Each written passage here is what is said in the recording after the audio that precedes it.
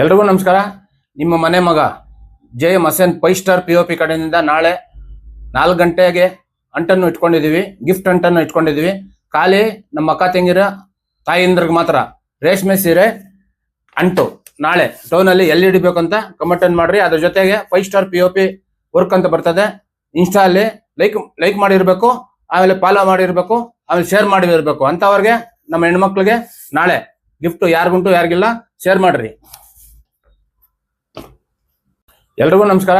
ನಿಮ್ಮ ಮನೆ ಮಗ JM ಹಸನ್ 5 ಸ್ಟಾರ್ POP ಕಡೆಯಿಂದ ನಾಳೆ 4 ಗಂಟೆಗೆ ಅಂಟನ್ನು ಇಟ್ಕೊಂಡಿದ್ದೀವಿ, ಗಿಫ್ಟ್ ಅಂಟನ್ನು ಇಟ್ಕೊಂಡಿದ್ದೀವಿ.